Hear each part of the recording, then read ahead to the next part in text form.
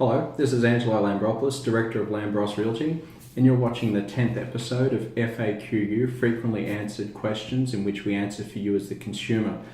So today, an increasing question we've been getting a lot is, disgruntled buyers going to auctions at inaccurate price guides, and seems to be happening quite commonly across a lot of regions in Sydney at present. So what I want to talk to you about is obviously for those of you that are missing out at auctions and do want to buy, and genuine buyers out there, getting lured into inaccurate price guides, basically how to make a winning pre-auction offer. So what I'm getting at here is, you'll notice I said winning pre-auction offer. The key is you don't want to go to auction. The other thing I strongly advise is what's happening, and the reason you are missing out on a lot of homes out there. A lot of the price guides you were lured into aren't offers or guides in which the owners are actually willing to accept. Most of them have been told, and when you think of it logically, think of yourself. You're a buyer watching this and you're a seller looking to sell, right? Naturally you want the best price for your home. Now, 80% of the time, the quoted price is never going to be what the vendor is anticipating, because you will never have a bidding guide. So for instance, if they're looking at 1.7 and the house is realistically probably about a 1.65 to 1.7, you put that price on, you're not going to have an auction. Nobody will be there to bid. Not always, but generally speaking, that's what happens. So what they're told is, obviously, if you put it on at 1.5, that'll generate competition. Anywhere between 10 to 20% under fair market price is what most vendors are told to list it as an auction price guide in order to hit their reserve. Now, obviously, the key to the auction is multiple bidders, and the only way you can do that is by using an attractive price.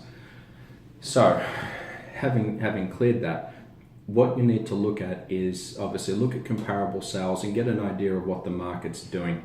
Do not rely on price guides. You want to use your own independent research. Now, what you want to do is this, is when I say make a pre-auction offer, let's use the 1.5, 1.7 example. So say a property is going to auction and it's a 1.5 million price guide, okay? But you believe it'll probably fetch at about 1.7 is what it's worth realistically, okay? What my advice would be is this: do your due diligence and put in a pre-auction offer with your 10%. Obviously, you want to understand the seller's motives, all right? So when you put the offer forward, you don't want to put any strings attached. You want to make it quite straightforward and attractive. So say your budget's 1.7, but you fear if you go to auction, you could get pushed that. What you want to do is make that 1.7 offer with your 10%, do your due diligence checks, and obviously speak to your solicitor beforehand to make sure your finance and everything's approved. Obviously your financial institution as well. Have them authorize your 66W, which will allow you to purchase unconditionally, okay? So what will happen here is this: you will put your best foot forward, and I would suggest doing it at mid-campaign, no later. If you come in with the offer later on towards the auction campaign, what you'll find is the sellers will opt to just let it drag to auction. If you put it too early, you're jumping the gun, and who knows what the agents will do with the offers at the end of that. But what you want, the sweet spot is really mid-campaign. So generally auctions are a 1-month campaign. You want to hit a 2-week mark. Here's my offer. At 1.7, I know the guide's this. I've got my 10% ready to go, and obviously make sure it's passed forward to the vendors. Obviously make sure that the purchaser's solicitor is aware of the offer you've put forward as well. Now, one or two things will happen here. I would suggest you give a time frame of no more than 48 hours, because you don't want to give too much time where the agents can play around with your offer and do whatnot. And obviously, you don't want them to sort of sit back on it and think that you'll be there at the end of time. Now, one or two things will happen. You will either secure the property, and naturally as a buyer, you'll be thinking, have I paid too much? Well, no, you haven't, because if that's in your budget, you got the house you were looking for. Fantastic. On the flip side, what will happen is this: if your offer is declined legally, and according to obviously the New South Wales Department of Fair Trading, The new price guide, therefore, will become 1.7. Now, when price guide now hits fair market price, what's going to happen to auction? Auction will stall. You won't get multiple bidders, and it'll throw a spanner in the works, because by the time your offer is rejected, it's hit the end of the auction campaign or thereabouts, probably around a week left prior to auction. Obviously, the agency will have to adjust their price guide, and a lot of interested buyers that were looking at the 1.5 will then go, well, hold on, what's happened here? Why has it jumped 1.7 all of a sudden? So you also stand a good chance of sabotaging the auction and then buying afterwards if your 1.7 is declined.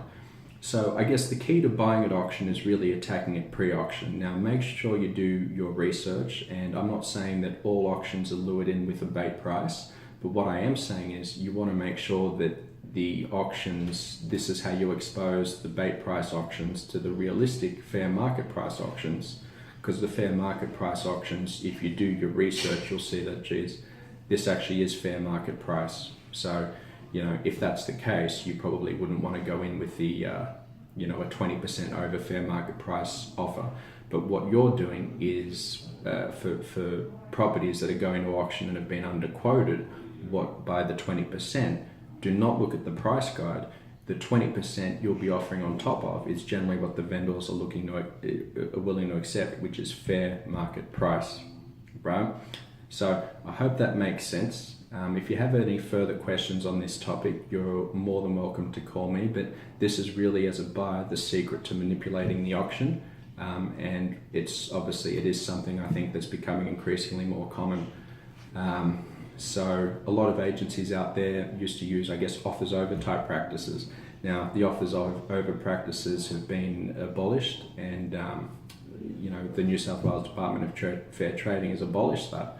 But the way around that is a lot of these auction price guides, because technically that's what the New South Wales Department of Fair Trading hasn't governed properly. So there's still a few loopholes there. I'm sure they will in time, but until that time comes about, this really is your best bet at buying at auction and winning at auction. So I hope that makes sense. If you have any further questions in regards to this topic, you're more than welcome to email me on info@lambropoulos.com.au.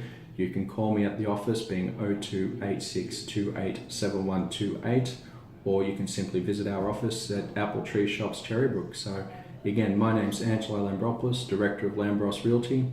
I hope you enjoyed watching this, and if there is anything I haven't explained properly, seeing as it is live and I only do this recording once, please email me, contact me. More than happy to help if there was something I didn't clarify properly. So thanks for watching.